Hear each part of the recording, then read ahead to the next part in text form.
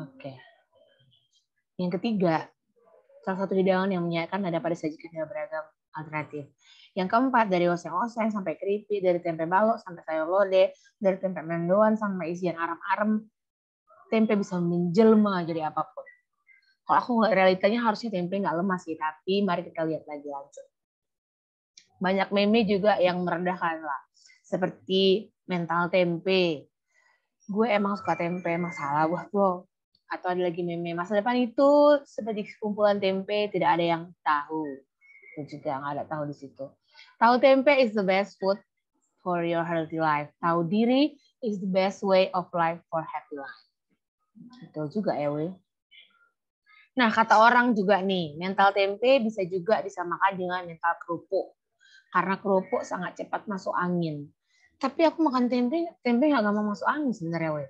Lawan dari mental tempe adalah mental baja, yaitu mental yang keras, kuat, dan tegar dalam bekerja, berusaha menghadapi masalah, cepat bangkit saat terpuruk.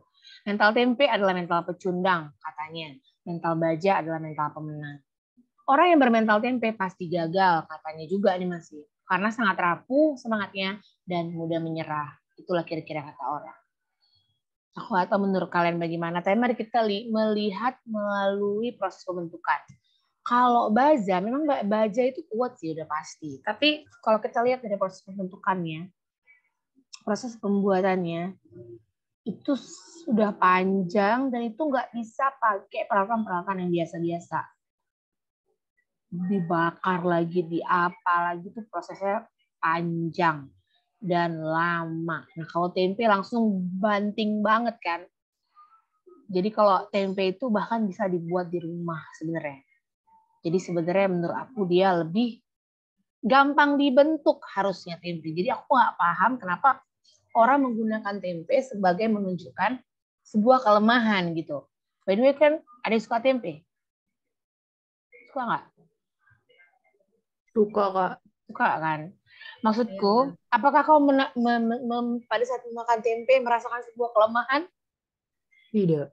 Tidak kan? Makanya sebenarnya aku masih belum ngerti kenapa itu bisa sampai masuk kamus bahasa Indonesia kalau itu dinyatakan sebagai sama dengan lemah.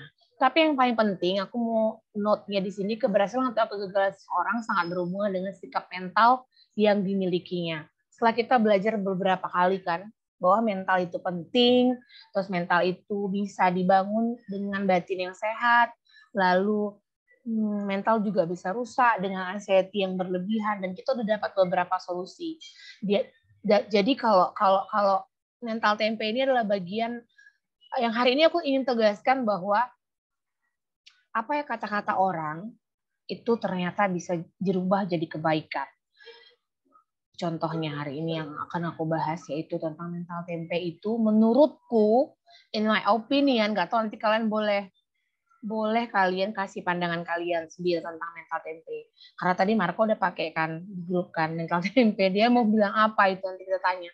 Tapi kalau menurutku tempe justru sama dengan mental berkorban. Kenapa? Karena kalau kalian lihat, kalian pernah lihat nggak proses pembuatan tempe yang ada juga yang diinjak-injak. Terus tempe ini harus bisa dilebur. Dia kan harus dihancurin dulu kacang kedelainya. Baru bisa disaring lah, direbus lah. Artinya dia sebenarnya gampang dibentuk kalau yang aku lihat ya. Kalau baja otomatis dia memang kokoh dan kuat. Tapi kalau dia udah kebentuk, dia susah dibentuk. Kalau bentuk susah dibentuk. Kalau udah kebentuk, dia susah dirubah gitu maksudnya. Dia enggak fleksibel, dia ya kokoh sih emang, nggak gampang menyerah juga kalau sekali kuat. Tapi kalau mentalnya sekali down, dia juga nggak gampang untuk bangkit. Tapi menurutku nilai positif dari mental tempe ini adalah dari cara proses pembuatannya mengajari tentang mental berkorban. Nah hari ini aku akan jelaskan sedikit kenapa aku menganggapnya ini bagus. Mental berkorban bicara pengorbanan. You can sacrifice and not love. Kita bisa aja berkorban tapi nggak cinta sama dia, bisa dong. Ada orang butuh bantuan, kita bantu aja sampai ngorbanin apa bisa, tapi kita nggak cinta. Tapi you cannot love and not sacrifice. Tapi kita nggak bisa cinta tanpa pengorbanan. Aku mau bilang hari ini kalau kita mencintai sesuatu, misalnya ini nggak hanya orang, bisa juga pekerjaanmu, bisa juga sekolahmu, bisa juga goalsmu. Kalau kau mencintai apa yang kau kerjakan, kau pasti nggak akan keberatan untuk berkorban. Kalau kau, terutama kalau di keluarga, orang tua, pasangan, atau kakak, atau adik, kalau kita mengasihi atau mencintai mereka, kita pasti nggak akan pernah keberatan untuk berkorban. Itu maksudnya mental berkorban, bukan mental korban. By the way, aku nggak ribut kan, gue orangnya ribut. Di Efesus, kalau ribut bilang ya, di Efesus 5 ayat 2 dibilang, hiduplah dalam kasih sebagaimana Kristus Yesus juga telah mengasihi kamu dan telah menyerahkan dirinya untuk kita sebagai persembahan dan korban yang harum. Jadi contohnya, langsung dikasih tahu Paulus kalau sebagaimana Yesus telah mengasihi kita. Contoh dalam cinta dan mengasihi, yaitu dia menyerahkan dirinya untuk kita. Jadi itu pengorbanan. Pengorbanan contohnya menuju ke Yesus. Jadi kualitas cinta kita diukur dari pengorbanan kita. Misalnya kayak kami nih yang berumah tangga. Bang Rio menempuh Medan Kota Cani setiap minggu, Kota Cani Medan. Pasti karena ada cinta di situ. Sehingga dia melakukan pengorbanan itu. Karena dia pasti kerja bukan hanya untuk diri dia misalnya. Pasti untuk aku. Oh salah. Untuk kami semua. Jadi maksud aku, kita akan bisa diukur cinta kita itu dari pengorbanan kita. Jadi misalnya Erlika, kalau kau mencintai profesimu sebagai dokter, kau akan jadi dokter yang emang rela berkorban. Mau kau dibayar, mau kau enggak. Mau kau ketemu orang yang mampu. Kenapa? Karena kau udah mencintai itu lebih dulu. Sehingga itu yang akan menaikkan levelmu. Pada akhirnya, itu yang akan menaikkan levelmu sendiri. Menjadi seorang dokter. Jadi kalau kita mencintai sesuatu, kita tahu kita pasti siap berkorban untuk itu. Kita nggak akan ragu-ragu untuk berkorban karena you cannot love and not sacrifice. Itu paling penting kita mengerti. Contoh paling pertama soal pengorbanan udah nggak ada bandingannya. Udah pasti Bapak kita yang ada di sorga. Kenapa aku bilang pengorbanan yang nggak ada bandingnya? Karena dia kirim anaknya untuk kita. Ada kemarin orang pernah ngomong, aku nggak tahu siapa, mungkin anak-anak ya atau masih anak muda, dia bilang kenapa nggak Bapak itu sendiri yang turun ke bumi, terus dia aja yang berkorban. Itu lebih mudah daripada ngorbanin anak. Karena gini, kalau kalian jadi orang tua, misalnya kayak aku, ngeliat anak sakit, itu sakitnya double-double gitu. Justru banyak orang tua kalau ngeliat anak sakit pengennya pindahin deh sakitnya ke aku gitu. Ke orang tuanya gitu. Jadi kalau seorang bapak dia kirim anaknya dia kirim bahkan untuk menderita, itu adalah pengorbanan yang udah nggak ada tandingannya. Jadi di Roma 8 ayat 32 dibilang, ia yang tidak menyayangkan anaknya sendiri, tetapi yang menyerahkannya bagi kita semua, bagaimana mungkin ia tidak mengaruniakan segala sesuatu kepada kita bersama-sama dengan dia. Jadi pengorbanan yang bapak kita udah buat, itu udah nggak ada yang bisa tandingin lagi. Jadi sebenarnya semuanya udah dikasih ke kita. Ini udah jadi contoh yang paling penting. Dan aku, kalau kita flashback lagi tadi ke yang aku kasih perbandingan antara tempe dan baja, nggak mungkin seorang mental baja mau melakukan hal yang seperti ini. Makanya aku pakai istilah tempe, karena dia yang benar-benar lembut sih. Dan dia siap dibentuk. Jadi Bapak pengorbanannya itu menyerahkan anaknya untuk kita. Lalu, yang kedua, udah pasti contohnya Yesus itu sendiri, Tuhan kita yang udah nebus kita. Dia turun ke kita, ke dunia untuk menebus kita. Pengorbanannya jelas kita rayakan dalam bentuk Paskah. Ibrani 9:14 berkata, betapa lebihnya dari Kristus, yang oleh roh yang kekal telah mempersembahkan dirinya sendiri kepada Allah sebagai persembahan yang tak bercacat, akan menyucikan hati nurani kita dari perbuatan-perbuatan yang sia-sia, supaya kita dapat beribadah kepada Allah yang hidup. Jadi, kita nggak akan bisa beribadah sesantai ini via Zoom kalau Tuhan nggak disalipin 2000 tahun yang lalu. Kita bakal kayak tetap di perjanjian lama, yang kalau kita nggak sembarang orang bisa masuk ke ruang Maha Kudus. Hanya perwakilan-perwakilan aja kaku, dan kita nggak bisa ngobrol sesantai ini tentang Tuhan. Pengorbanan itu yang mematahkan itu semua. Jadi tadi pertama Bapak udah menyerahkan anaknya untuk kita, lalu contoh kedua itu Yesus udah berkorban juga terpisah dengan Bapa untuk kita. Lalu bagaimana dengan kita? What do you think about us? Gitu kan? What about us? Gitu. Apa yang bisa kita korbankan?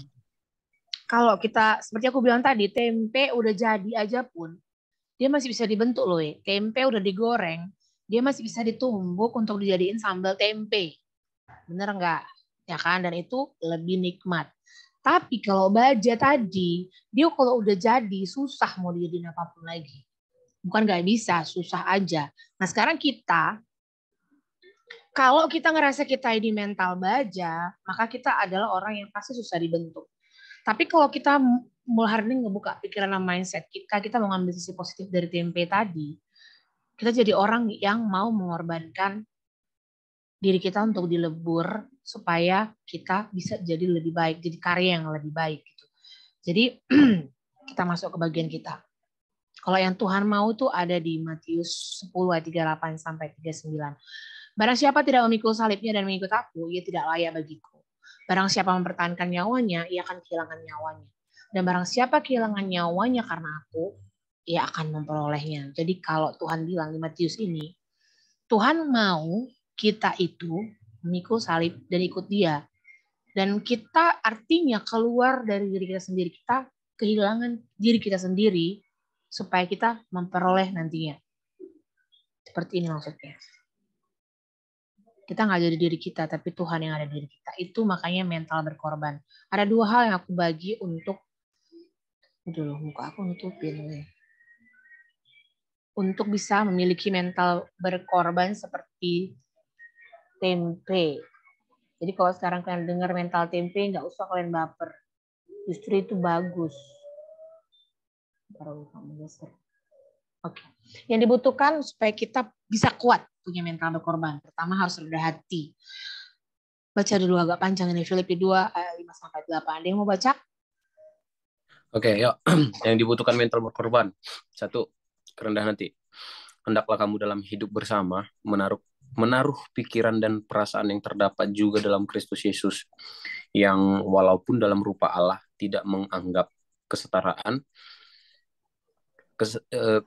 dengan Allah itu sebagai milik yang harus dipertahankan, melainkan telah mengosongkan dirinya sendiri dan mengambil rupa seorang hamba dan menjadi sama dengan manusia, dan dalam keadaan sebagai manusia ia telah merendahkan dirinya dan taat sampai mati, bahkan sampai mati di kayu salib. Contohnya udah jelas sekali soal kerendahan hati. Bahkan Tuhan udah jadi manusia. Saat jadi manusia itu, dia pun merendahkan diri pula lagi, taat sampai mati.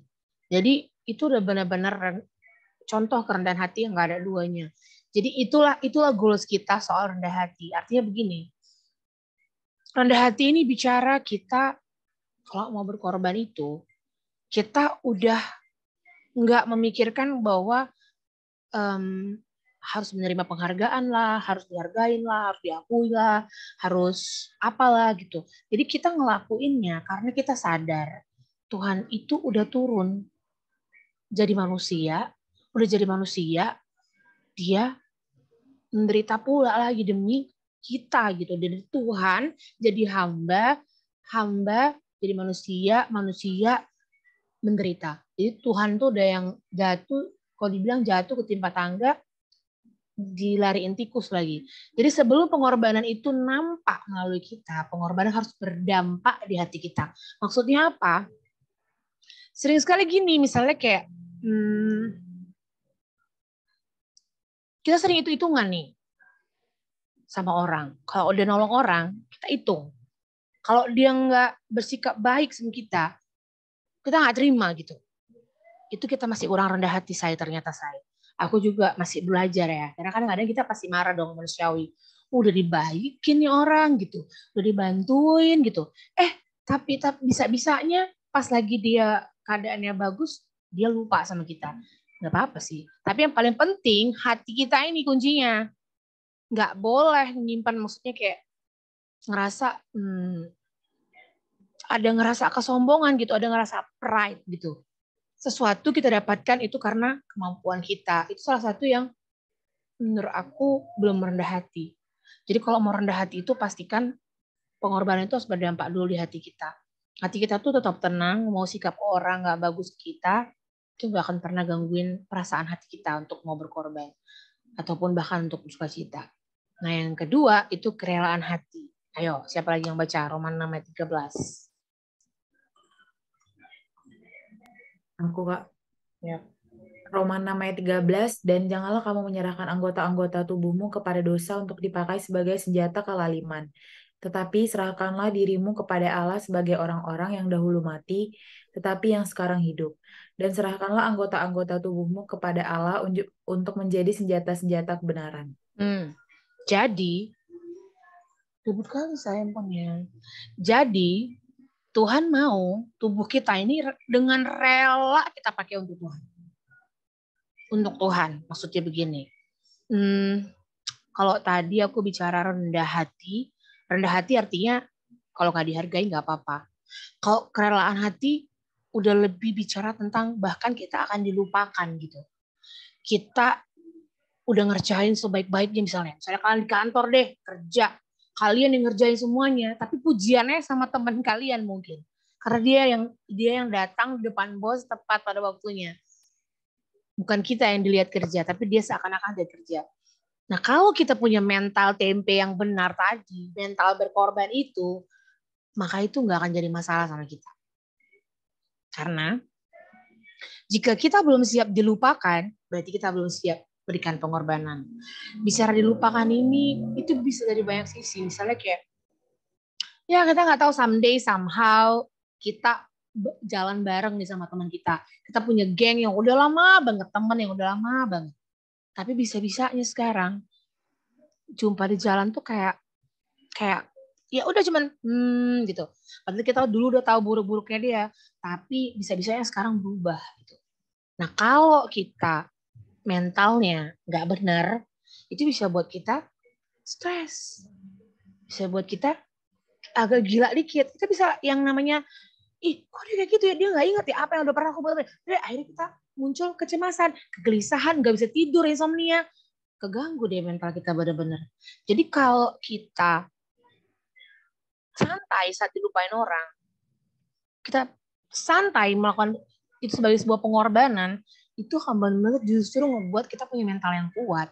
Justru kita walaupun judulnya mental tempe gitu loh, lembek, tapi pada saat kita udah menemukan jati diri kita santai pas dilupain, itu sama sekali nggak gangguin mental kita. Karena banyak banget kasus yang seperti ini gitu. Makanya kenapa banyak kan mantan nggak bisa hubungannya baik. Kenapa? Karena nggak ngerasa pengorbanan. Makanya kalau nggak mau berkorban nggak usah pacaran, apalagi nggak usah merit. Karena bicara merit ya bicara pengorbanan, bicara nerima kekurangan dia, nerima kalau nggak dibales sama dengan yang kita buat gitu. Jadi kalau belum siap dilupakan, berarti kita mentalnya belum siap untuk berikan pengorbanan. Jadi kalau aku bagi yang 3 poin tadi, pertama Bapak itu pengorbanannya menyerahkan anaknya untuk kita. Yesus pengorbanannya terpisah dengan Bapa untuk kita. Lalu pengorbanan kita adalah kehilangan diri kita untuk Tuhan. Bukan kehilangan diri kita untuk mantan ya weh. Kehilangan diri kita untuk Tuhan. Jadi maksudnya, ya, kalau kalian ingat dalam kelemahan kula, kuasa Tuhan nyata. Jadi kalau saat kita berdiri di diri kita sendiri dan berkata aku bisa nih, ini aku bisa, aku beneran ini semua karena kekuatanku, maka Tuhan nggak bisa masuk. Tapi kalau kita datang ke Tuhan aku nggak bisa kalau Tuhan nggak bantuin aku nggak mampu kalau Tuhan nggak berjalan bersama denganku. Disitulah Tuhan bisa melakukan hal yang besar dalam hidup kita. Pada kita bilang ini aku mau dibentuk, aku mau diajarin, aku mau dibawa, aku mau dipimpin. Kan pada saat seperti itu kan kita udah kehilangan diri kita nih. Maksudnya kita nggak ngontrol diri kita lagi. Sehingga kita tahu apapun yang terjadi, situasi apapun yang terjadi, itu udah in kontrolnya Tuhan. Jadi kita nggak gampang cemas, kita nggak gampang kena stres, kita nggak gampang kena depresi gitu loh. Jadi judulnya mental tempe, tapi mental tempe ini nggak bisa keganggu mentalnya gitu loh. Jadi kita bahas lagi ya di endingnya. Kenapa kalau ada kalian yang keberatan aku menyamakan dengan tempe, apa-apa. Tapi aku menganggapnya seperti itu. Karena kalau kita keras banget kayak baja, susah bagi kita untuk kehilangan diri kita. Kehilangan status baja itu susah karena dia keras banget, dia udah dibentuk. Tadi kan aku udah contohin proses pembentukan baja itu hampir beda-beda tipis sama proses pembentukan emas. Sementara proses pembentukan tempe, kalian lihat sendiri tadi, Itu gampang. Jadi gampang diubah-ubah. Tinggal kepada siapa kita serahkan diri kita untuk ngebentuk kita seperti Tanah liat di tangan penjunan gitu. Jadi kita kayak yang udah berserah, kita udah nggak punya diri kita lagi. Kita nggak pegang kontrol atas diri kita sendiri. Tuhan yang pegang kontrol. Makanya kita bisa berkorban dan punya kekuatan untuk melakukan pengorbanan. Jadi aku akan kasih bedanya ya, We. Jangan disamakan mental berkorban ini sama mental korban. Kalau mental korban, dia ngerasa udah paling benar, paling banyak berkorban atau paling rusak, sehingga dia hanya akan memaksa orang lain untuk berkorban. Aku udah kacau kali, aku udah kasih semua. Kaulah sekarang, kaulah. Kita selalu mengharap dan bahkan menuntut orang untuk berkorban untuk kita. Tapi kalau mental berkorban, kita tuh langsung kasih aja, udah ya udah. Apa yang bisa kita lakukan gitu? Untuk menyelamatkan hubungan ini. Apa yang bisa kita lakukan untuk menyelamatkan ini? Apa yang bisa kita lakukan untuk menyelamatkan situasi gitu? Apa yang bisa aku lakukan? Kalau harus mengorbankan hatiku, mengorbankan perasaanku, tapi hubungan kita bisa terselamatkan. Why not? Itu mental berkorban. Tapi kalau mental korban, dikit-dikit dia ngerasa dia yang paling menderita, dikit-dikit dia ngerasa dia yang paling susah, dikit-dikit dia ngerasa dia udah yang paling si paling kan. Kalau sekarang aku tuh yang paling begini loh, aku tuh yang paling begini loh. Jadi kayak zaman sekarang itu banyak orang yang rasa aku tuh yang paling di rumah tuh aku yang paling begini loh gitu. Atau dalam hubungan relationship aku loh yang paling banyak ngasih sesuatu samamu gitu. Itu udah hitung-hitungan gitu. Itu udah nggak mental berkorban lagi. Kalau mental berkorban nggak akan pernah terbersit di pikiran kita untuk hitung-hitungan atas apa yang udah kita lakukan. Kenapa? Karena sekali lagi aku ulangi yang tadi. Kita berkorban karena Tuhan Yesus udah duluan berkorban untuk kita. Sehingga pada saat kita udah ngelakuin sesuatu hal yang kita rasa itu pengorbanan dan nggak dihargai, bahkan dilupain, it doesn't matter. Itu sama sekali nggak gangguin iman kita, sama sekali nggak gangguin mental kita, sama sekali nggak gangguin pikiran kita. Kita mah bisa selalu di dalam Tuhan. Karena kita tahu goalsnya kita siapa. Gitu. Jadi bedain ya, aku berharapnya di berdampak nggak ada yang mental korban. Karena mental korban ini susah dan dia akan berujung dengan toxic relationship. Siapapun yang menjalin relationship dengan orang yang bermental korban atau victim ini, mental victim, ujungnya pasti toxic. Akan membuat menderita orang yang berpasangan sama dia. Pengorbanan Yesus membuat dia atau Yesus tinggal dalam kita. Pengorbanan kita tadi yang keluar dari diri kita tadi membuat Tuhan dimanifestasikan melalui kita. Itu tadi yang aku bilang. Kalau kita mau berkorban untuk kehilangan kita biarkan Tuhan menguasai hidup kita, maka Tuhan bisa bermanifestasi atau berkarya dalam hidup kita. Jadi kalau tempe dan baja didatangkan ke kalian, ke aku, mana yang lebih bisa kita manifestasikan? Tempe dong pasti. Baja mau kita apain? Mau kita antukkan ke dinding kita yang pecah. Mau kita antukkan ke mana biar dia terbentuk? Kalau kita bakar pakai lilin kita habis, dia belum kebakar-bakar gitu. Jadi kalau tempe dikasih ke kita pasti jadiin dia sesuatu. Kenapa? Karena dia bisa dijadiin apa aja. Nah, kalau kita datang ke Tuhan, bermental tempe tadi, bermental berkorban tadi, ini aku Tuhan. Tuhan tuh senang karena kita nggak ada punya kekuatan. Karena kan seperti yang sering kita bahas, kita kecewa sama Tuhan, kita ingin sama Tuhan. Kenapa? Karena kita punya ekspektasi sendiri. Kita bahkan kadang atur-atur Tuhan loh. Terus kalau Tuhan nggak penuhi doa kita, Tuhan nggak dengerin doa kita bilang Tuhan nggak baik, kita bilang Tuhan jahat. Jadi kesannya kita tuh jadiin Tuhan tuh kayak pembantu. Bahkan sering sekali dalam berdoa pun kita jadiin Tuhan tuh satpam. Kita doa pas pagi bangun, Tuhan terima kasih. Kita bilang terima kasih. Tapi kita bilang, Tuhan jagain kami hari ini. Pas malam mau tidur, Tuhan terima kasih. Aku mau tidur, jagain aku ya. Itu doang cakap kita sama Tuhan. Emangnya Tuhan satpam? Ya nggak sih? Bagaimana kita bisa satu hari kasih waktu sama Tuhan? Untuk ngobrol sama dia. Untuk sekedar say apa sih gitu? Apa aja gitu. Jadi kalau kita hari ini paham tentang mental berkorban ini, aku berharap mulai hari ini juga kita bisa kasih waktu untuk Tuhan. Lebih dari yang biasanya. Apapun kesibukan kita Itu tergantung prioritas loh. Aku udah ngerasain. Kalau Tuhan prioritas, mau sesibuk apapun, kita kasih waktu. Buktinya kadang-kadang kita masih bisa buka Instagram. Bahkan kadang-kadang nge-scroll nggak sadar udah sejaman. Atau kadang-kadang kita masih punya waktu untuk nonton dan buka Netflix. Tapi kita sering bilang nggak punya waktu untuk berdoa, untuk silent peace, untuk silent moment sama Tuhan, atau untuk dengar-dengar sama dia. Jadi aku cuma pengen ingetin itu aja. Nggak usah sakit hati kalau dibilang mental tempe. Nggak apa-apa, justru jadi tempe bisa jadi sesuatu di tangan Tuhan, di tangan yang tepat. Jadi aku ingetinnya hari ini itu tentang itu, dan aku hari ini pengen kita sharing seputaran pengorbanan kalian misalnya. Punya pengalaman dulu pernah setelah melakukan suatu pengorbanan, terus apa perasaannya, terus gimana perasaannya saat ini. Saat itu dan saat ini pasti ada perbedaan. Terus kalau punya kesempatan putar waktu, kesalahan apa yang pengen diperbaiki? Atau respons yang salah apa yang akan kita perbaiki sekarang? Misalnya aku mulai dari diri aku dulu. Kalau pengalaman dulu pakai sebenarnya aku banyak banget. Mungkin yang ada saksi hidupnya di sini. Mungkin siapa nih, selain Bang Rio, mungkin ada saksi hidupnya kayak Yani sama Debo. Ini berhubungan dengan situasi kami dulu di Paduan Suara. Aku tuh sering nampungin orang nih ceritanya, khususnya yatim piatu lah ya, kayak Slidia contohnya salah satunya. Nah dari semua mereka yang aku tampung, itu ada yang sama sekali angkat kaki dari rumah, bahkan nggak bilang makasih. Dan yang paling parah, udah nggak bilang makasih, terjadi penusukan di belakang gitu loh. Terus, tapi waktu itu kesalahanku adalah aku memang marah banget, dan itu marahku itu ngegangguin sukacita aku kurasa berapa lama ya. Jadi kalau aku bisa memutar waktu, aku pengen waktu itu just calm down gitu. Tapi ya memang semua itu proses.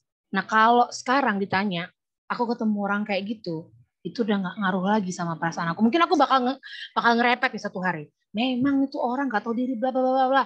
Maklum lah ya kan, mama nggak mungkin juga aku digituin nggak ngomel. Tapi mungkin aku bisa ngontrol, nggak akan berhari-hari emosinya gitu, nggak bakal ngancurin sehari-hariku sampai berapa lama gitu. Jadi kalau aku ngalamin itu sebenarnya banyak, cuman salah satu contohnya. Terus misalnya kayak banyak banget lah situasi-situasi yang menyakitkan, misalnya apalagi waktu kejadiannya misalnya waktu proses habis mamaku meninggal, terus banyak keluarga yang tiba-tiba lupa aku ini keluarga dia gitu. Ya itu it's okay gitu. Itu situasi yang akan kalian temui nantinya loh. Jadi pastikan pada saat kalian ada di posisi atas, tabur yang banyak, tolongin orang yang banyak. Karena kita nggak pernah tahu apa yang terjadi di depan. Setidaknya kalau kita nggak nabur langsung ke perbuatan baik yang kita buat sekarang, anak dan cucu kita yang bakal nabur dari perbuatan baik yang kita buat. Jadi kalau kesempatan aku bisa putar waktu, kesalahanku adalah dulu sering langsung ngerespon kalau dikecewain orang. Dan responku itu selalu marah gitu. Selalu langsung emosi gitu. Selalu langsung pengen berantem pun jadi yuk gitu. Selalu pengen kayak gitu. Jadi kalau itu jadi proses bagian dalam hidupku, ya aku tetap bersyukur sih. Tapi pada saat sekarang rasanya kalau dikecewain kayak gitu udah yang kayak nggak ngaruh gitu. Jadi itu dari aku, pelajaran yang aku dapat dari mental TMP malam hari ini. Dan aku akan kembalikan ke kalian gimana nih. Kok kenapa dari tadi keluar masuk kok?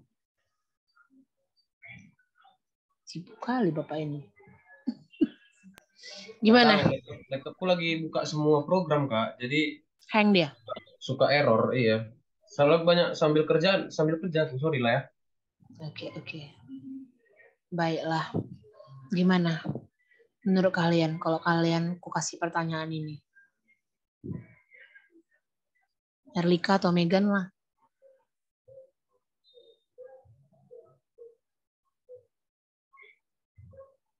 Lagi mengingat masa-masa yang menyakitkan, coba.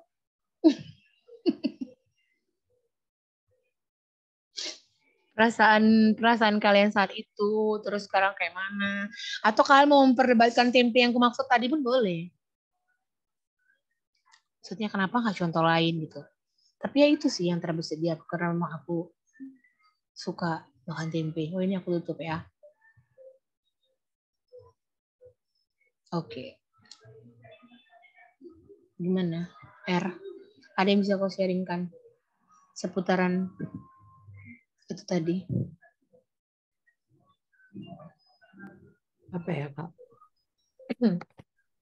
Kalau pengalaman berkorban terus dilupakan kayaknya sering ya. Cuman tapi aku tipe anaknya, misal nih berkorban dilupakan. Aku juga gampang lupa sama perbuatan orang. Bagus Kayak juga. gitu. Nggak semua hal ku ingat gitu loh. Jadi, tapi ya aku tahu gitu kayak aku sering mengalami hal-hal kayak gitu. Terutama kan orangnya kayak mana ya? Kayak people pleaser gitu loh. Yang kalau orang minta tolong nggak enak lah nggak ditolong gitu-gitu. Jadi pasti sering yang kayak gitu ya. Cuman mungkin yang ini yang teringat itu waktu apa ya? Waktu aku dulu pernah jadi ketua Natal. Waktu zaman-zaman masih umur-umur 14 tahun lah, masih remaja. Jadi ketua Natal di 14 gereja. tahun udah ketua Natal dia, Be. Iya nggak tahu kenapa aku dipilih ketua Natal. Kayaknya nggak ada orang lain. Terus em, kebetulan karena aku ketua, aku kan orangnya kayak em, lumayan perfeksionis gitu. Kalau misalnya ada acara, nggak boleh setengah-setengah gitu kan. Terus jadi aku tuh mulai dari setiap rangkaian acara itu memang kuperhatikan. Bukan rangkaian acara aja, tapi misal kayak latihan, misalnya latihan drama, latihan koor, latihan kor, aku ikut lah gitu kan. Sampai suatu ketika untuk penggalangan dana, untuk dananya juga, untuk pengumpulan dananya juga aku ikut.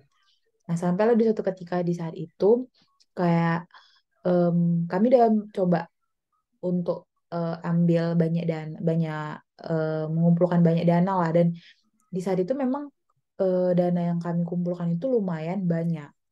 Tapi yang megang itu guru sekolah minggu kami. Karena kan kami masih Di remaja bawah kan, umur ya, ya. dianggap belum mampu lah untuk mengolah uang dengan sebanyak itu gitu kan. Cuman kan kami punya konsep, dan aku di saat itu minta sama acara itu untuk buatkan em, apa namanya itu, tata tertib acara. Tata tertib acaranya itu dia kayak pembatas Alkitab, tapi dia tata tertib acara gitu. Jadi kayak bisa dijadikan souvenir, bisa dijadikan tata tertib acara biar nggak mubazir gitu kan. Jadi hitung-hitungannya pokoknya jadinya di situ ada selisih harga. Pokoknya lebih tinggi harga yang seharusnya dia kertas biasa sama yang ku minta, yang ku inginkan gitu. Jadi em, di saat itu ada selisih harga, tapi itu belum sampai over budget. Nah, tapi guru sekolah minggu kami itu kekeh untuk nggak mau mengikuti ide itu. Sementara aku tanya sama teman-teman yang lain, mereka setuju sama ide itu gitu, supaya ada lebih kayak kreativitas lah, kreativitas lebih gitu lah ibaratnya. Nah, terus setelah itu, karena aku tahu kayak dia nggak mau ngeluarin uang, aku bilang, karena kan orang tuaku belum jadi donatur, maksudnya ada daftar donatur, tapi orang tuaku belum, kebetulan belum ikut lah, belum belum termasuk donatur. Jadi aku bilang ke bapak, Pak, aku pengen kayak gini, acaranya gini-gini. Ya udah buat aja, kata bapak. Buat aja, nanti berapa biayanya bapak bayar katanya gitu. Jadi aku buat di situ donatur, orang tuaku itu donatur untuk tertib acara itu. Ternyata guru sekolah mingguku itu tersinggung. Aku buat kayak gitu gitu loh. Kalau misalnya kita lah secara dunia mikirnya kayak udah uang habis, dimarah-marahi. Jadi dia, tapi yang buat aku sangat di saat itu sakit hati ya, saat itu namanya masih anak-anak juga 14 tahun. Dia bilang kayak gini, udah kayak kali rupanya orang tuamu sampai kayak gitu kali. Eh, Tiba-tiba nyumbangkan uang hanya gara-gara nggak sesuai semua sama keinginanmu. Kayak gitu ngomongnya nggak bagus lah. Siapa Bawa guru sekolah minggu kau itu? Perlu juga ada pertanyakan itu. lah. Tapi Kayak nanti gitu dia ngomong. Nah, terus ya kayak gitu. Terus akhirnya aku datangi dia. Aku bilang lagi nih sama, kan kalau kami kan, aku kan GBKP kan Kak. Bi, jangan ngomong kayak gitu lah, Bi. Itu orang tua aku loh. Dan udah bagus dia ada inisiatif mau ngasih sumbangan, mau ngasih donatur ke kita, ke acara kita. Bibi aja nggak ada mau ngasih uang, nggak mau ngeluarin biaya untuk eh, Untuk Parabada juga di kompak kami kamu ini. ya. Aku bilang kayak namanya anak. Hmm. Ya udah. Gak Terus dia sampai sekarang belum badannya. Terus, terus dia terus Bibi tuh ya tetap marah lah pasti kan. Kayak dia entah apa lagi kata dia pokoknya marah-marahin kayak itu nggak sopan loh, itu nggak sesuai dengan aturan kayak gini gini gini gini gitu sama dia. Ya udah akhirnya aku nangis lah sambil marah-marah sama dia. Malah di gereja itu terkenal kali sih sampai sekarang kalau aku masuk gereja itu kayak mereka tuh sering bilang ih yang kemarin nangis gitu. Kalau misalnya teman-teman yang satu angkatanku lah. Terus ya udah setelah itu aku nangis. Akhirnya ada teman-teman yang lain yang bujuk sama guru sekolah minggu yang lain yang berusaha untuk menenangkan. Ya udah deh nggak apa-apa deh. Akhirnya tapi akhirnya ya ideku itu tetap dijalankan gitu. Jadi juga guru sekolah mingguku ya minta maaf sama aku. Cuman kan kita udah ada rasa ini ya dibilang rasa gedek sama dia. Kok kayak gitu sih guru sekolah minggu. Itulah kalau misalnya pengalaman Pokoknya yang orangnya suka lupa. Berarti ini kalau masih kau ingat berarti waktu itu membekas sekali lah ya. membekas sih Kak. Karena kayak anak-anak jadi ketua Natal dan ya berusaha membuat yang terbaik. Dan paling gak enaknya kan dia bawa-bawa orang tua kan. Kayak gitu. Kaget juga aku terus ngomong kayak gitu. Ada aja sih Kak. Betul, betul, betul, betul. Tapi sekarang masih hidup dia? Masih. Oh iya, bagus. Jadi pernah Bibi itu jadi ini pembawa kolekte kan. Baru dia bilang kawanku gitu, itu tuh Bibi mau jadi pembawa kolekte kan. Tapi udah kau ampuni dia kan? Udah dong, ku cakap, ku salam selama hari Minggu, Bi, ku bilang. Oh iya, bagus, bagus. Masa Gak percaya sama aku. Baru Ya, yang kedua apa tadi Kak pertanyaannya Kak? Lupa aku. kalau kau bisa memutar waktu, apa sih kesalahan? bisa muter waktu balikan lah apa lagi. Iu, nggak usah. Kesalahan apa yang kau dulu Eh, kau pengen rubah sekarang? kesalahan yang Pernah kau buat? pernah aku Baik buat. itu kesalahan keputusan atau kesalahan respon atau kesalahan sikap. Yang paling pahit lah dalam hidupmu, coba sharing di sini, paling buruk lah. Kalau itu bisa dirubah, ada sesuatu yang berubah gitu. Ya kan ini kan kita berandai-andai aja.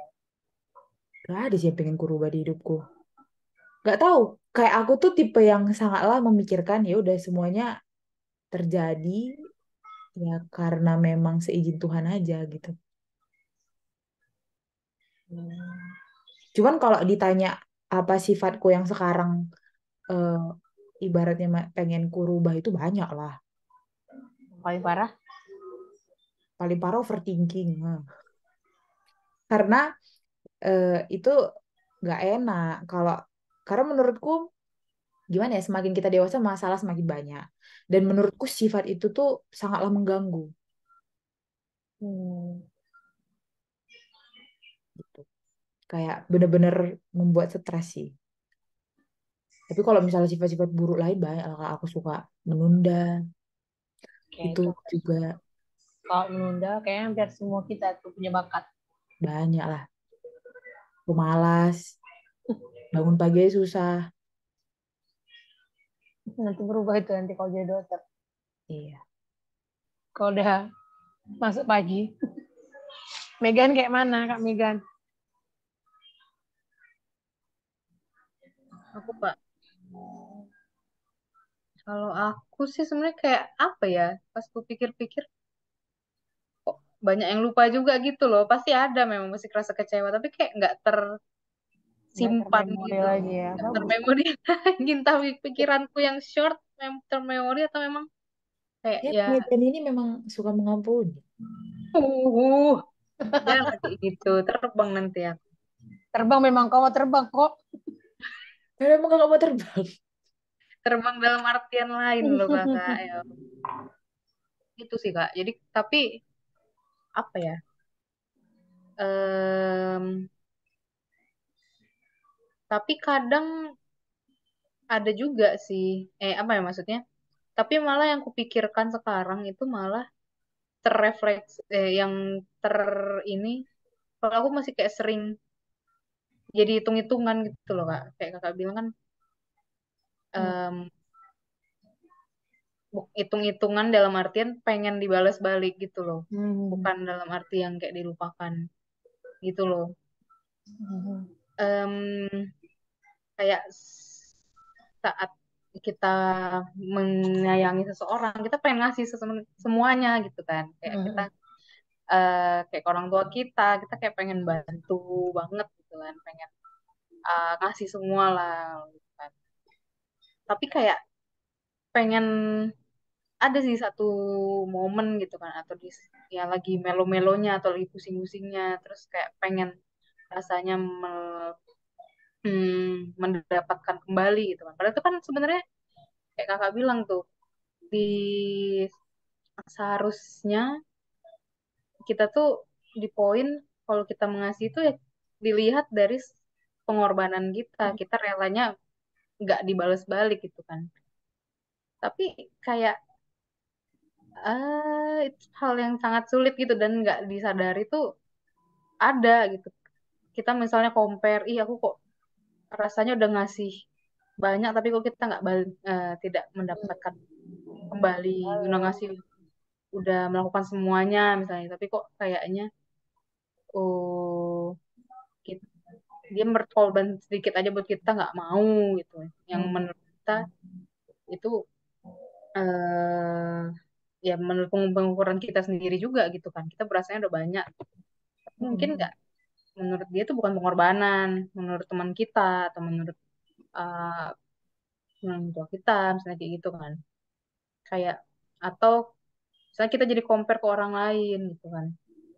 Misalnya kita dalam satu posisi yang sama dan pertemanan lah gitu kan. Kita tuh kayak udah berbuat uh, udah nemenin dia terus misalnya kayak gitu kan. Terus uh, kita compare sama teman kita yang nggak se nggak sedekat itu, misalnya nggak selalu menemani, tapi kok yang terlihatnya lebih mengasihi teman kita yang satu lagi dibandingkan kita, misalnya kayak gitu. Atau dalam keluarga aja lah gitu kan, kayak jadi hitung-hitungan gitu. Misalnya aku sama kakakku, ih kok aku kayak udah uh, misalnya lah kayak dalam apa namanya ya, mana ya kasih contohnya ya. Misalnya kayak lagi kemarin lah bangun rumah gitu kan, bukan bangun rumah, kita lagi renovasi rumah gitu kan. Kira Terus aku udah bangun rumah. bukan renovasi rumah lah, rumah mama gitu kan. Terus kayak hmm, apa namanya, kayak aku udah eh, bantu ngerjain apa, beres-beres rumah waktu ketika di sana gitu kan, kayak bapak lagi ngapain aku bantuin gitu. Sementara kita lihat kayak kakak aku tuh misalnya ya lagi kurang apa namanya, tidak membantu, tidak berkontribusi dalam membantu gitu kan, malah dia asik ngapa-ngapain gitu kan, udah nggak ngapa-ngapain gitu. Kita kayak muncul, ih kok dia kayak gitu, tapi di apa namanya, kok rasanya malah aku lebih kayak menanyakan kayak lebih care gitu misalnya kayak gitu kan, kalau lagi sensinya lagi kok yang itu aja yang dipikirin, kakak aku aja terus yang dipikirin pas lagi aku uh, um, apa lagi merasa misalnya lagi mumet lagi sendiri, tapi nggak kayaknya nggak dipikirin kayak gitu deh kayaknya, jadi kayak mikir banding-bandingkan padahal kan nggak kayak gitu sebenarnya kan, sebenarnya kan itu dalam pikiran kita aja. Tapi ya itu sih maksudku, itu jadi pikiran kayak apa Itulah yang pengen kau. yang pengen ku ubah, apakah itu memang jadi si ya itu sih yang jadi kayak menyadari kayak apakah itu benar-benar em, kita melakukan itu karena kita sayang sama orang tua kita gitu kan, atau kita sayang sama teman kita itu, atau kita mengharapkan balik gitu kan. Itu sih kayak itu sih itu yang kayak aku rasa pengen diubah itu sih. Tapi memang itu manusiawi kan.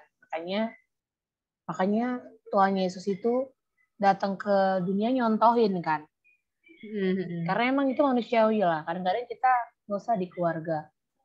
Di paling sering itu di teman. Kadang-kadang kalau teman kita lebih deket ke yang situ, kita punya perasaan. Ini perasaan dia gini deh, aku giniin dia lagi. Jadi memang itu manusiawi sih. Cuman pada saat kita sadar, karena kalau itu kita lanjutin, sebenarnya yang rugi kita sendiri. Ya kan? Kalau itu, tapi bagus kan, artinya pada saat kita udah sadar, itu kayak aku salah deh punya pikiran kayak gini. Kalau kita udah nyadar kayak gitu, sebenarnya itu udah langkah yang bagus, tinggal prosesnya kan. Karena kalau itu dipertahankan, akhirnya ujungnya jadi mental korban loh. Karena kalau kita udah mulai hitung-hitungan, itu arahnya kemana lagi kalau nggak ke mental korban. Ya kan? Ya kan gitu. Akhirnya nanti kau capek sendiri. Lebih baik kau plong, kau keluarin aja semua perasaan kau, tapi ya udah. Gitu. Cuma memang kalau apa ya? Tapi pengalaman anak dua sih emang sering kayak gitu ya. Kayak aku sama adik aku udah pasti kali punya gepo, ngapain kok? Bilang lah biar aku senyum gitu. Enggak apa-apa, lanjut aja. Kalau apa ya, karena cuma berdua itu ya, makanya kalian jangan bawa anak nanti cuma dua. Karena gitu, karena pasti ada gap bapak sama gap mama. Itu udah pasti, tak segampang itu. So, ya memang pasti, nggak gampang. Cuman kalau kita nyimpan hitung-hitungan itu sendiri, kita yang capek. Pasti kita yang capek. Dia sama sekali nggak ada beban itu. Karena dia nggak tahu apa-apa kan. Kita semua di pikiran kita kan. Ih gitu kan. Ih gitu kan, kayak kesel gitu. Kita sendiri yang lagi serap energinya. Sama situasi itu. Itu sih. Tapi overall itu emang manusiawi. Tinggal kitanya mau berubah, mau lebih baik, ngapain narko curiga, nggak ada perasaan. Jangan-jangan di zoom ya semua muka kita.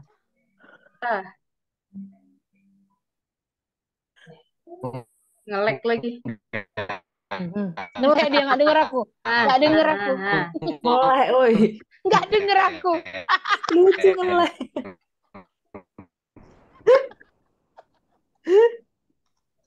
Nggak dikasih zoom kok ngomong kok. Nggak denger. Nggak denger.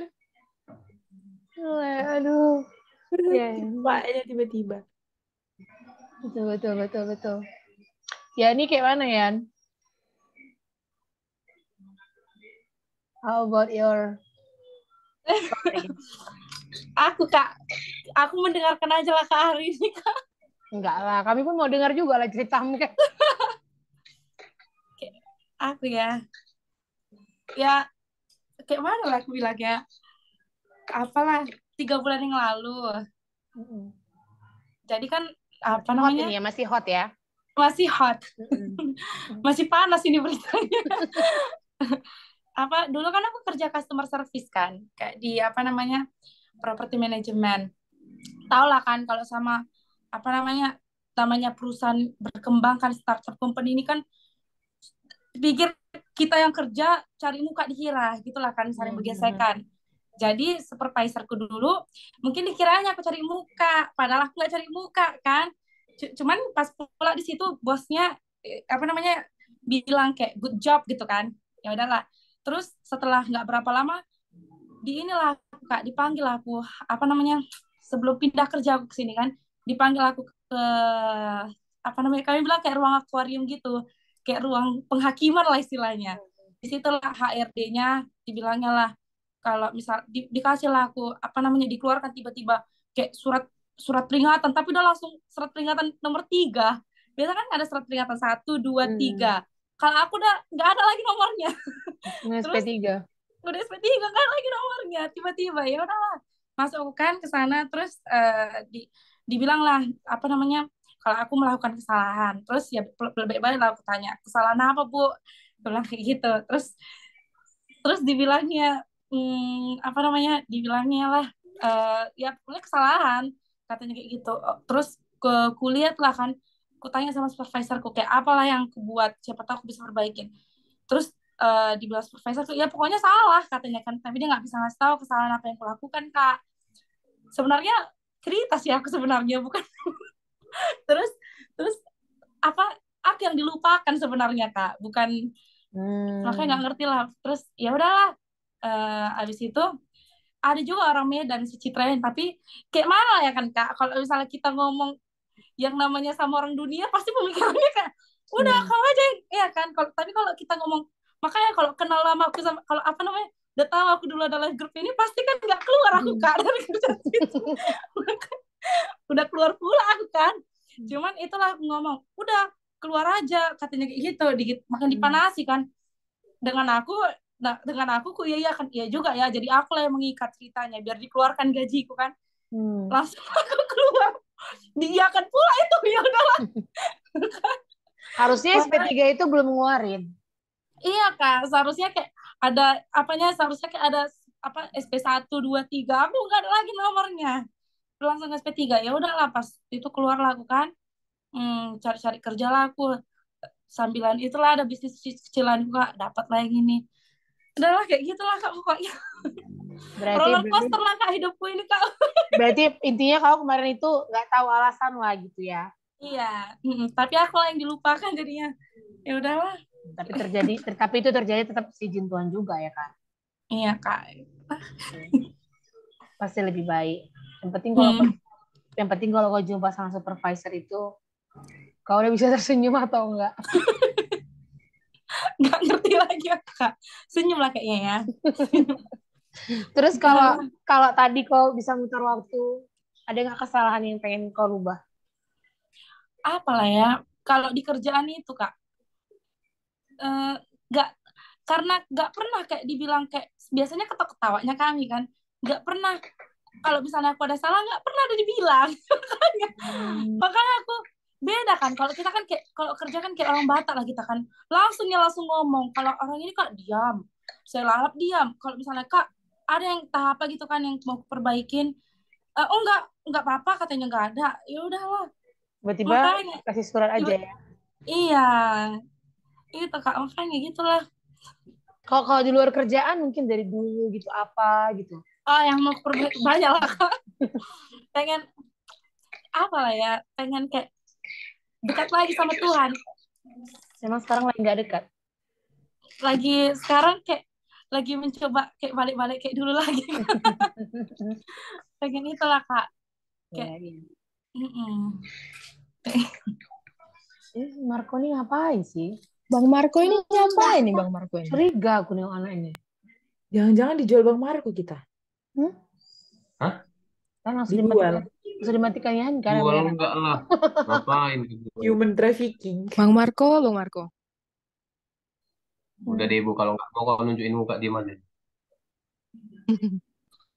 Ya, setuju. Banyak sih yang pasti pengen kita rubah sih. Cuman ya itulah. Berproses lah kita. Tapi yang paling penting harus tetap ingat Tuhan. Jangan lupa. Tuhan hanya sejauh doa sih. Semangat ya, Yan. Oh ya, Kak. Iya, Kak. Makasih, weh.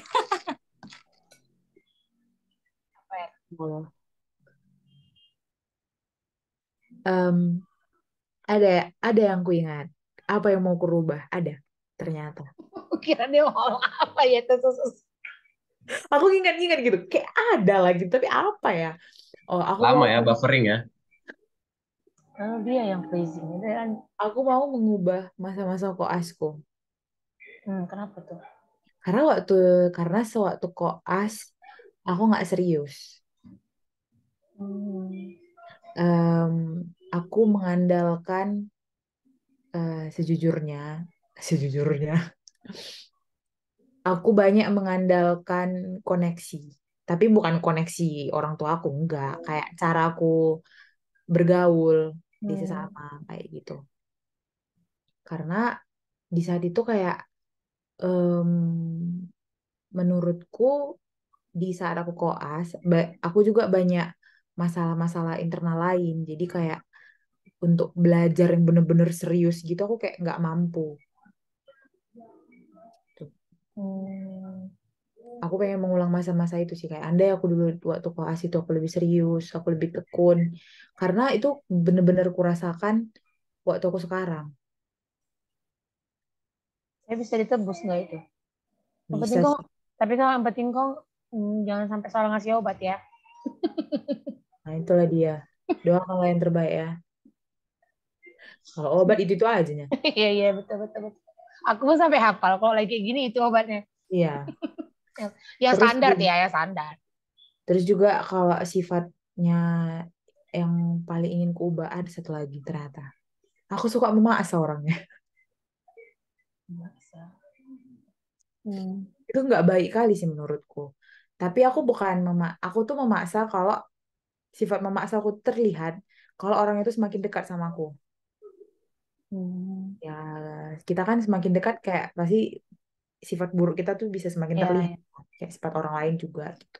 Orangnya pemaksa. Kayak apa yang kuinginkan kalau bisa itu ada gitu. Tapi si Marco dulu kok paksa sekali bisa nggak? Dia yang maksa aku, Kak. Gak usah Memaksa aku untuk berbuat nyempertinya. baik, ya kan? Ya, kau pandai kau mancing aku sekarang ya. Iya iya iya betul betul betul betul. Kayak mana? Siapa lagi nih? Dia bola Kau di duluan. mana, Erlika? Di Dolok Sanggul kau. Kok pakai Kan selimut dari di AC baru, paham lah kau. Gak ada loh AC baru. AC ku baru diperbaiki. pakai AC sentral ya, yang kayak di Baru mall-mall diisi itu. freonnya. AC ku baru diperbaiki, jadi memang dingin kali. Oh gitu. Tapi nggak masih Kan lebih lalu dingin sikap suhunya. dia kan? Apa? Tapi masih lebih dingin sikap dia samamu kan? Dia siapa? Debo, kayak mana? Debo dulu. Kayaknya ada yang pengen disampaikan Debo ini. Ide mau kakak paksa dunia ini jadi Apa, petak. Kak? Kapan ngomong dia biar tahu kakak. Ngomong dia ya, buka dulu. Tadi lucu loh tadi mukamu nampak dengan bendo itu. Nampak kan mukamu? Karena Tengok kakak dulu. bilang lah lucu mukanya nggak dibukanya lah kameranya. Itulah kakak. Kenapa deh? Kau takut diejek Marco? Jangan takut lah. Aku aja Kan? Iya kak, Bang. entah aku dijualnya. Soalnya Bang Buka Marco itu kamera udah dia. Sih. Tanya, kok Instagram aku. jangan kau Kan jangan, lebih. makanya kau jangan Emang komen. lagi Marco ini. Isa aku takut kalau kak, soalnya Bang Marco ini tiap hari ngebully aku aja loh Nggak kak apa-apa. kerjanya. Nggak apa-apa, aku ada rahasia dia. Nanti kalau dibully dia nggak tahu ya. Apa, Kak? Namanya juga Apa rahasia. kak yang mau aku Ya, bilang? Gimana pengalamanmu nggak usah tentang nyari dilupakan? PC tolong. Capek kali lah kak kalau soal itu. Oke, Yang paling menyakitkan lah ya dulu, yang paling sama sih menyakitkan. sebenarnya. Sebenarnya sih sama sih dengan kakak-kakak semua. Aku juga tipe kayak Kak Erika, tipe pleaser kan. Jadi emang aku tuh susah gitu nolak kayak orang minta tolong. Bahkan kayak Kak Cika, kayak misalnya ada orang minta tolong numpang ke rumahnya. Aku juga pernah kayak gitu. Kayak gitu, tapi eh, ngebuat banyak hal yang ngebuat aku kecewa sampai saat ini juga. Jadi kayak kita tuh kesannya musuhan sama temanku itu. Padahal sebenarnya hal yang gak harusnya musuhan sih. Ya, aku ngerasa tunggu ya ribet kan ponakan tuh nih. Enggak Tunggu, terganggu kok tunggu. kami. Enggak kan, weh?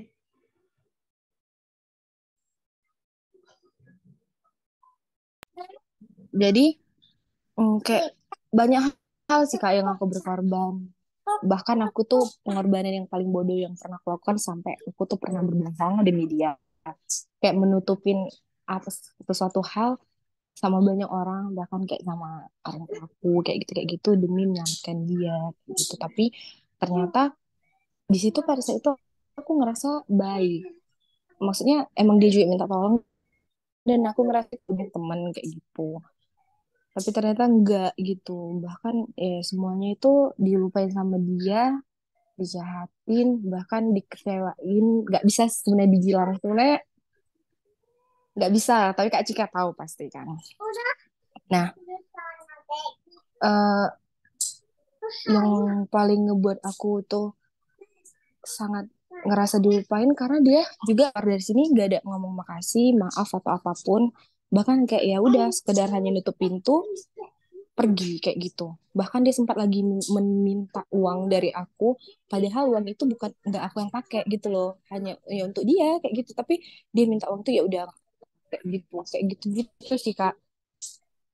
Tapi aku di situ emang aku di situ menjalani masalah itu sama Kak Cica. Jadi aku ngerasa di saat akunya pingin marah berontak kayak mau gitu kayak mau menghajar dia, tapi ada Kak Cika yang ngingetin.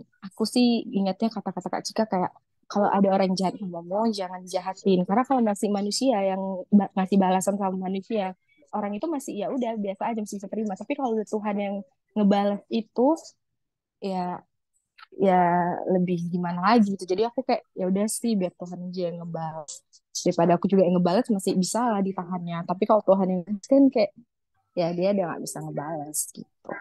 Yang aku mau ubah itu ya jadi people pleaser. Ternyata untukku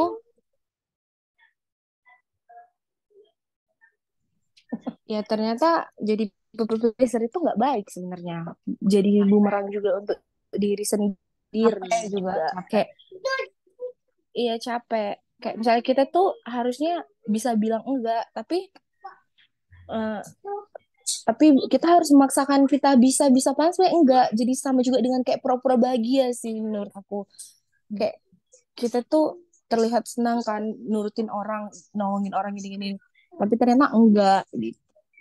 Jadi aku mau ngubah itu supaya jadi Bobo yang sesungguhnya, seperti yang kakak-kakak bilang juga di meja makan kemarin pagi, kecuali yang dibilang Bang Marco ya, tapi yang dibilang kayak Kak Cika, Kak Megan, Kak Erika aku ingat, kecuali yang dibilang Bang Marco.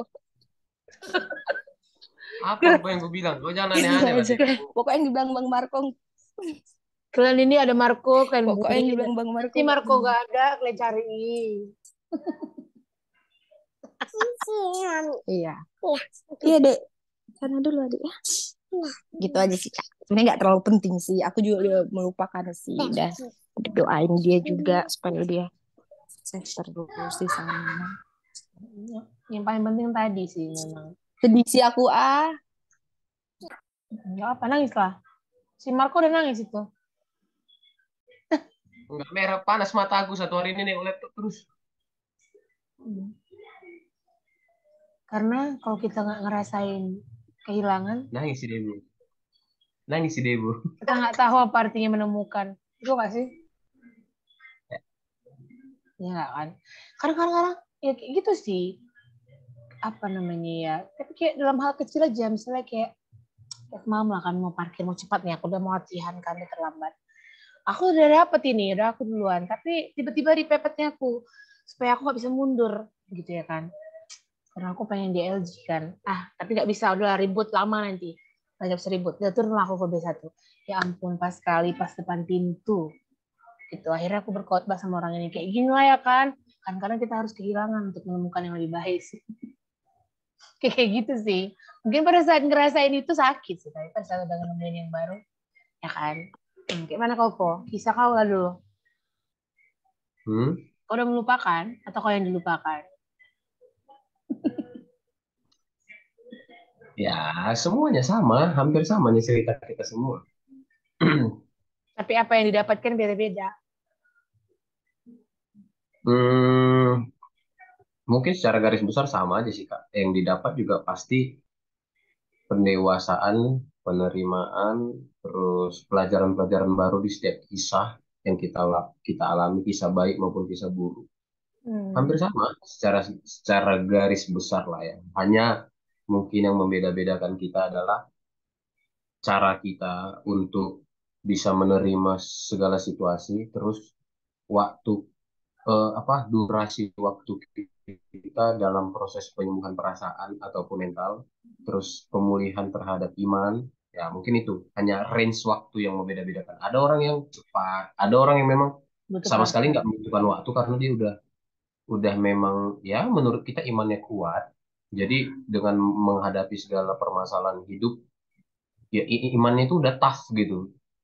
Jadi dia kayak nggak, sekalipun di pandangan kita bahwa dia disakitin orang, ternyata bagi dia tidak juga sama sekali. Kadang-kadang kan Itu dia. Hanya menurutku hanya itu aja yang membeda-bedakan eh, aku dengan kita yang lainnya lah gitu. Ya contoh lah yang paling membekas memang dan untuk seumur hidup pertama kali. Ya itulah alasanku berangkat ke Jakarta apa dan ya nggak nyangka aja gitu. Eh, tahapanku itu udah bukan di tahapan seperti apa ya drama telenovela kita bilang kayak di apa buku-buku cerita gitu. Bahkan aku juga berangkat selain dari restu orang tuanya juga gitu. Ya, tujuanku berangkat juga ada goals yang mau dicapai. Kenapa harus merantau gitu? Tapi ya udahlah. Itu juga kalau nggak aku lewatin, mungkin aku nggak tahu bahwa oh ada apa ya? Ada berkat baru rupanya yang memang harus caranya begini untuk dapatkannya. Gitu. Nggak bisa ada cara lain. Kira-kira gitu lah, kurang lebih. Iya nanti mau keluar bentar. Saya pas ngerasa tapi pas ada di situasi itu rasanya kayak apa Wah ya? itu pecah kak, sumpah. Itu pecah ya. Kakak sendiri tahu kan nggak deng. Beberapa hari sebelum aku balik ke Medan, kakak sendiri tahu kan Kayak nangis lah gimana ya kan pokoknya. wah, gimana penderitaan pada saat itu. Nah sekarang aja kalian aja lihat secara visual aja lah belakangan bagi orang yang tahu ceritanya ya nggak bisa aku bohongin bahwa aku udah mulai tenang, aku sudah mulai bisa memfokuskan bahwa ada bagian-bagian yang memang yang ini kusingkirkan, yang ini difokuskan, yang ini dipersiapkan tapi akan dikerjakan. Kira-kira begitu. Kalau kemarin itu kan memang buyar gelap semua nggak tahu apa yang mau dilakukan. Kira-kira gitu. Nah, kalau sekarang udah jauh lebih baik, sekalipun memang di setiap waktu ya namanya juga hidup dalam kedagingan ya. Kita dalam godaan, kadang masih teringat, kadang masih bisa nggak ya kayak kakak bilang, bisa nggak ya diputar waktu kira-kira gitu. Masih ada nggak ya harapan-harapan lagi. Ya, tapi hanya sekedar berpikir. Ya. Tapi niat itu seperti sudah tenggelam gitu Kak. Untuk mengambilnya lagi kayak ya berpikir dua kali lipat lah. Hmm. Sebenarnya berandai-andai bisa memutar waktu ini bukan berarti kita kayak nggak bersyukur sih.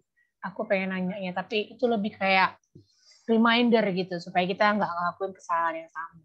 Hmm. Hmm. Nah, tapi Kak, eh, sebenarnya untuk diriku sendiri, dari dulu sih sering ya, mungkin kita dengar, pasti kita dengar, seandainya waktu bisa diputar, kalau kita kembali ke masa itu, ke masa-masa yang kita inginkan, apa yang aku rasa setiap hal yang kita ulang, mungkin kita bisa mengulang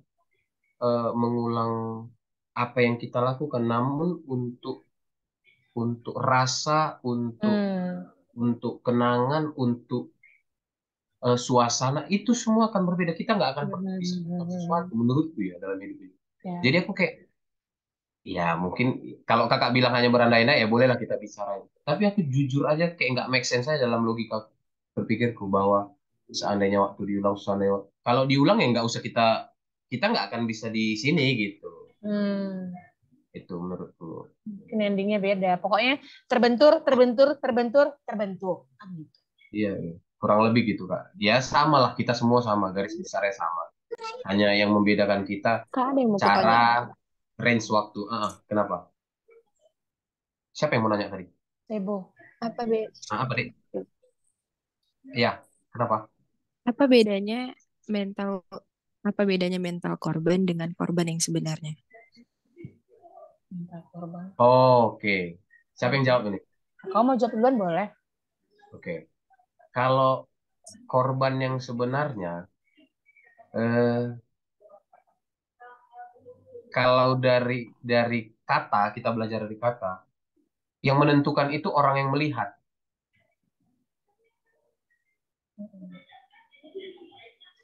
Jadi nggak bisa kau menyatakan bahwa dirimu adalah korban. Yang bisa menentukan itu sebenarnya orang yang selain daripada dirimu sendiri. Nah, kalau mental korban itu adanya kan di sini, pola pikir. Itu fiktif dia, tidak kenyataan. Iya, eh, aku juga pernah sih melakukan hal itu, apa, seolah-olah jadi korban gitu. Seolah-olah, padahal sebenarnya enggak, memang dasar aku aja yang mental lembek lah, aku bilang mentalku aja lembek udah. Jadi aku kayak ngadu ke sana kemari, cerita ini itu, padahal gitu digelar perkaranya, dihadapkan orang yang bermasalah sama aku, enggak 100% aku yang salah. Enggak 100% aku yang berkorban. Aku yang sebagai sebagai korbannya. Malah karena aku permasalahan ini terjadi, kira-kira gitu. Hanya ya karena belum adanya pendewasaan sehingga kita merasa kita selalu benar. Tapi kita lupa setiap tindakan kita ternyata ada celah untuk kita melakukan kesalahan. Itulah mental korban. Tidak mau mengakui yang sebenarnya salah, udah itu aja. Tapi kalau korban, ya itu di luar daripada nalar atau kemampuan kita dalam bertingkah laku. Kira-kira gitu. Baku kali bahasanya ya kan. Ya Tapi cuma kalau aku nggak. pengacara kali bahasanya ya kan. Gampangnya sih gini, kalau korban itu realita.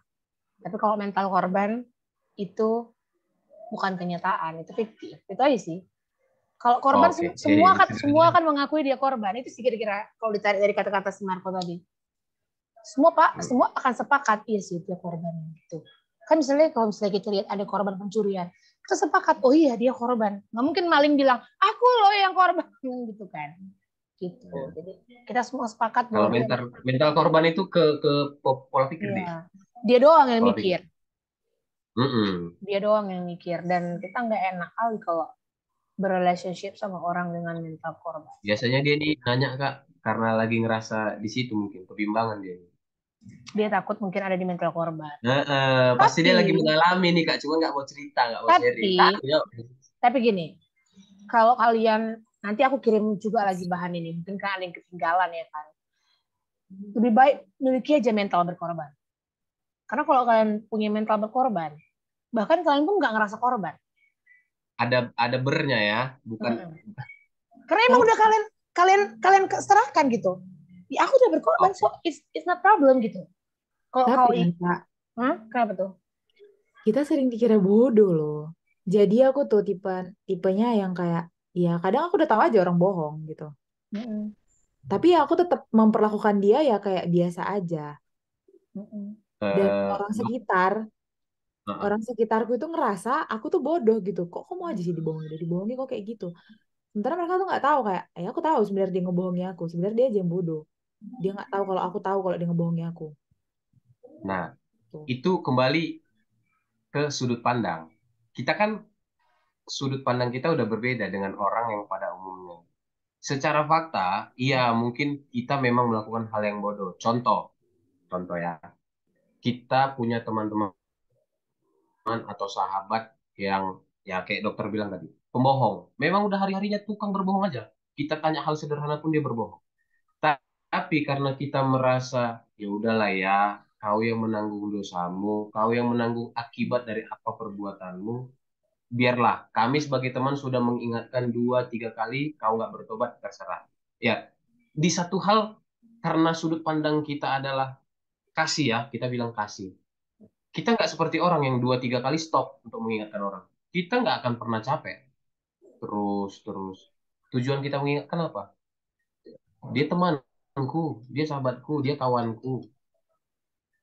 Aku punya rasa kasih yang berlebih, wajar aku berikan, aku berkorban ke dia. Pandangan orang secara logik, iya bodoh, kita buang-buang waktu.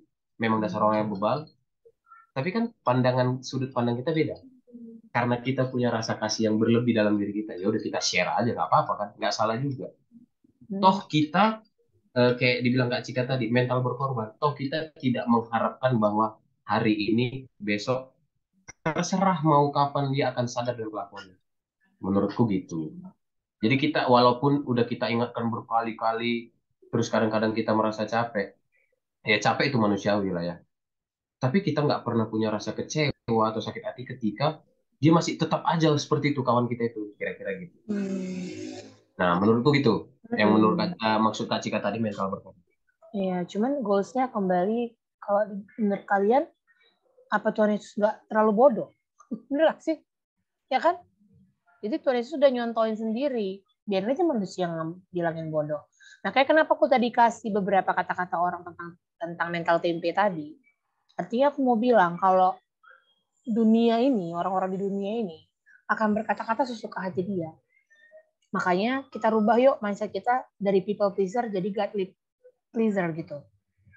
Kita nggak peduli orang mau apa selama yang kita senangin Tuhan. Perbuatan kita ini nyenengin Tuhan nggak? Standarnya lebih ke situ sekarang. Kalau aku ngebiarin dia ngebohongin aku terus, nyenengin Tuhan nggak? Menurutku nggak. Karena kita harus speak up juga soalnya. Pas kita tahu itu salah dan dia teman kita emang harus speak up. Misalnya kayak, aku tahu loh kau bohong, udah dong jangan bohong lagi gitu. Habis itu, tapi dengan bahasa yang baik ya, nggak niat marah, cuma ngasih tahu aja sebagai teman yang mau nyatain kebenaran gitu. Kalau dia ngerasa capek dia terus kayak gitu, aku rasa kau ada momennya harus speak up. Karena kau nggak bisa pleaser dia terus, ngebiarin dia terus ngerasa kayak dia ngerasa kayak berhasil sekali gitu untuk ngebohongin kau, padahal kan kenyataannya udah enggak. Jadi kan bohong-bohongan judulnya, ya kan? Iya sih, benar. Kau seakan-akan ngebohongin dia, bahwa kau sedang dibohongin dia kan? Kali bahasanya kan. Tapi itulah yang terjadi. Iya. Jadi sebaiknya aku saranin kau speak up. Aku tahu loh kalau kau udah berbohong gitu. Itu aja saranku. Karena itu godly pleaser. Sekarang apa yang kita lakuin coba? Nyenengin Tuhan nggak? Karena keterbukaan awal pemulihan dan itu Tuhan suka gitu loh. Tuhan mau kita itu ngomong. Pada saat kita mengalami suatu hal yang nggak seneng dengan teman terdekat kita atau circle kita atau keluarga kita, Tuhan mau kita ngomong, nggak boleh simpan dalam hati.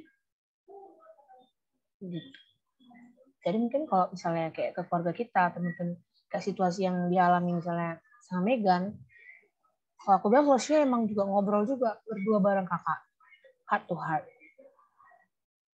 Gitu. Supaya lega aja gitu. Pokoknya kalau kakak adik mau kita berantem, darah kan tetap balik lagi. Kalau udah berantem, pokoknya bakal balik lagi tuh, tinggal nunggu proses aja. Namanya juga emang kakak sendiri, adik sendiri. Jadi kalau kita simpan capek karena kita seumur hidup punya hubungan sama dia. Jadi kita emang harus ngobrol. Gitu. Kalau menurut aku, tapi kalau temen ya udah. Kalau dia udah nggak mau denger ya udah gitu. Kita nggak perlu setengah mati memperjuangkan hubungan. Kecuali itu spouse, orang tua, kakak adik. Kita perlu fight. Itulah pengorbanan kita untuk fight memperbaiki hubungan kita. Termasuk misalnya kayak aku dan Bang Rio. Ya kalau kami nggak memiliki rasa berkorban, itu pun kadang-kadang mau hitung-hitungan. Kalau misalnya lagi berantem, yang satu bilang, aku kan udah ngerjain semua ini. Nah, yang satu ngomong, ya aku udah cari duit. Nah, terus nggak tahu endingnya di mana. Jadi kalau kita hitung-hitungan, nggak pernah akan ada ending. Karena semua akan ngerasa udah berkorban. Jadi ya udah harus memang benar-benar berkorban aja udah. Nggak apa-apa. Mau dihitung, mau diingat, mau dilupain, nggak apa-apa. Gitu. Menurutku. Jadi kita lebih kayak santai gitu. Yang penting hati kita ini aja harus berdampak. Tadi kan seperti yang aku bilang. Pengorbanan itu harus berdampak buat hati kita. Karena what comes out dari mulut kita kan itu berasal dari hati kan. Kalau hati kita ini sering kesakitan, nyimpan pahitan, mulut kita cukup pahit. Biasanya. Terus pikiran kita juga curigaan. Beda overthinking sama curigaan ya. Overthinking itu kita mikirnya aja banyak. Tapi kalau curigaan, kita lihat orang aja curiga. Trust issue. Gitu. Lihat orang itu curiga. Itu udah salahnya di hati. Jadi benerin hati, jangan ada luka, jangan ada itu. Gitu sih. Itu sih menurut aku. Tapi itu pembelajaran setiap hari sih. Nggak bisa berubah yang plek gitu. Wajib on proses. Tapi itu sulit sih. Sulit, tapi nggak mustahil. Ya kan? Nggak sih? Kenapa, Kak? Sulit tapi tak mustahil. Iya. Tergantung niat aja yang kayak gitu. Oh iya aku salah. Gitu sih. Aku keinget yang kata Pastor Tim itu sih Kak, yang tentang relationship gitu kan. Kan kita memang harus berkorban. Ya itu bentuk rasa kasih kita ke orang lain dalam relationship itu ya pengorbanan kita kan. Jadi memang ya kita terus kita nggak mikirin apakah kita mendapatkan lagi dari yang lain karena kita udah dipenuhin dari Tuhan gitu kan katanya. Betul. Sih yang memang kayak menampar juga iya sih. Memang ya rasa apa namanya puasnya itu dari Tuhan. Jadi kita nggak mikirin lagi kita mendapatkan sesuatu nggak karena udah penuh dari Tuhan, betul. Penuh dari Tuhan gitu. Aku yang tertamparnya yang dilanjutin Kelly. Atau jangan-jangan kamu udah dipenuhin sama yang lain sehingga Tuhan nggak bisa menuhin kamu. Ya juga. Makanya mungkin kita kadang-kadang masih sanggup untuk baper gitu loh. Masih sanggup untuk apa? Karena ternyata yang menuhin kita bukan Tuhan. Jadi kita gitu. Itu juga sih. Itu kenapa tadi quality time with God itu penting supaya Tuhan penuh di dalam kita. Jadi identitas kita nggak keganggu gitu. Karena pada saat orang nggak ngargain itu bukan berarti kita nggak berharga loh. Betul. Karena standar penghargaan diri kita bukan di orang. Tapi sebenarnya rasa pengen mendapatkan sesuatu kan dari pride kita juga gitu sih Kak. Betul. Dan itu kita yang buat kan. Pride-nya tinggi. Betul. Itulah. Itu betul. Terus kita harus penuhin diri kita dengan kasih Tuhan. Kita tuh udah yang kelimpahan kasih Tuhan gitu. Jadi kayak kita udah full of love dari Tuhan gitu. Emang nggak gampang sih. Ya itu kuncinya. Makanya kalau lagi sakit hati, lagi apapun, makanya larinya ke Tuhan. Gak ada lagi tempat lain. Kalau lari ke manusia, ya kalau manusianya benar. Kalau enggak ya udah berantem kita jadi dunia. Ya kan? Wah sih. Kan mana Bang Rio? Ada yang mau tambah Bang Rio?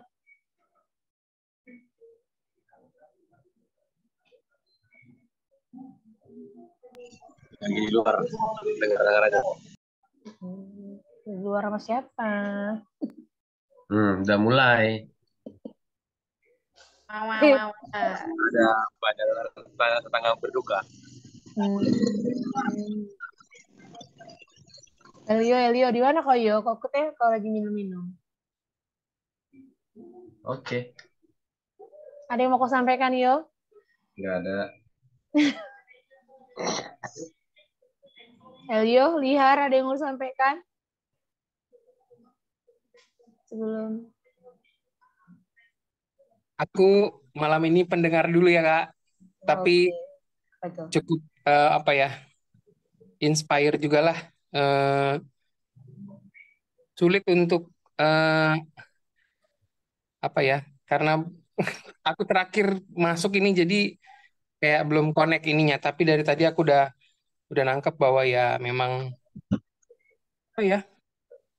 pengorbanan ya.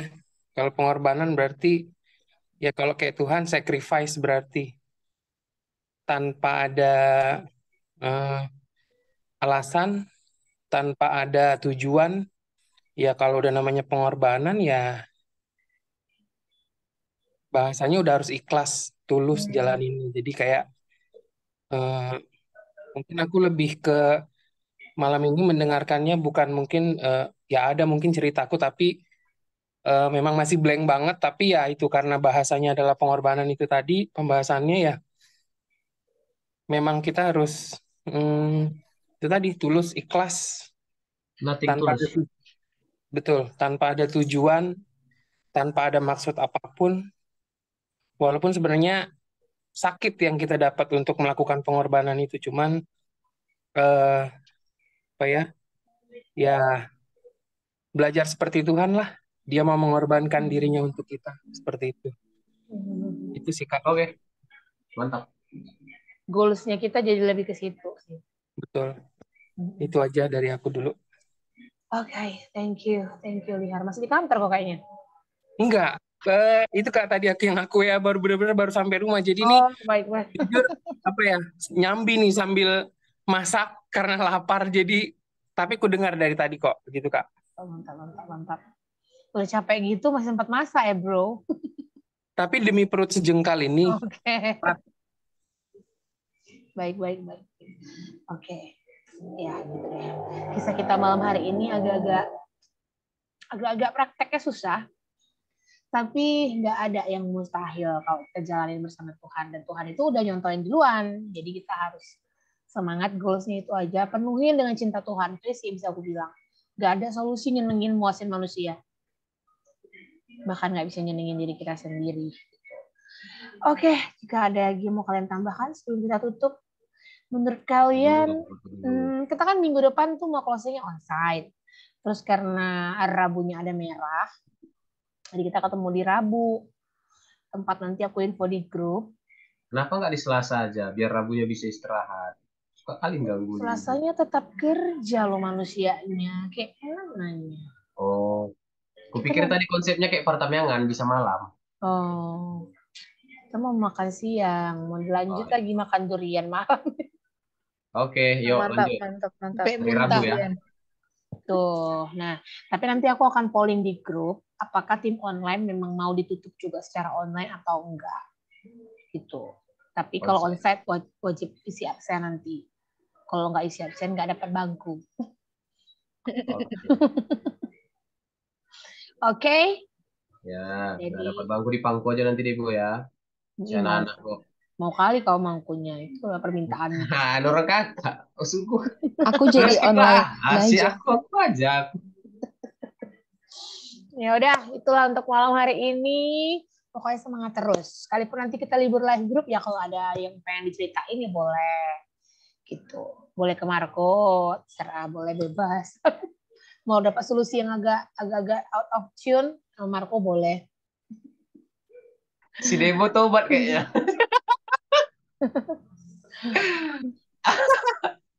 Kenapa ajaranku garis keras ya, Dek? Nggak ada yang benar masalahnya, Kak. Kau itulah sudut pandangmu aja yang salah. Udah, Kak, aku diam aja, Kak. Jangan lupa kalau ada topik doa, kalian boleh di kolom chat ya. Ada yang mau tutup doa? Debo lah.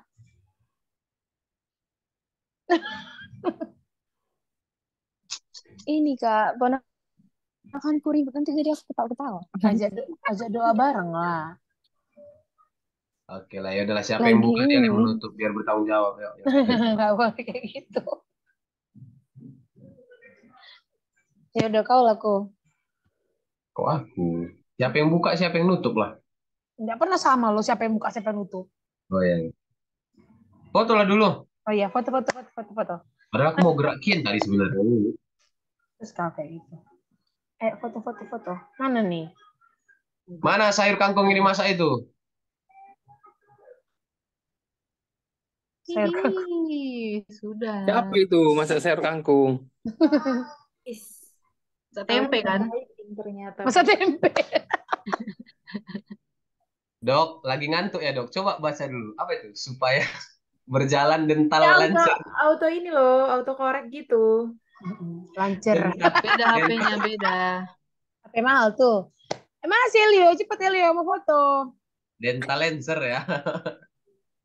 Berjalan dengan lagi Bang Rio. Oh, lancer. Mana? Buka lagi kameranya, Leo. Mana ya tadi si Leo? Yonai. Agak lain memang di Siona ini. Nggak dibutuhkan buka kamera. Kalau dibutuhkan. Evelyn, Bali di mananya Kak? Aku di Legian, Bang. Iya, dekat sama Bum Bali tuh. Iya tahu. Iya. Dekat Tugu kan? Rame lah situ, macet terus nggak sih? Legian nggak terlalu, Kuto yang parah. Kuto yang parah ya. Iya. Mana sih Yun? Enggak lah, kelasnya di jalan dia ya. Yuk. Nampak-nampak di luar tadi dia. Udah, yuk. Mari kita berfoto. Cheese, bisa tahu tempe. Yuk. 1, 2. Lagi. Sekali lagi.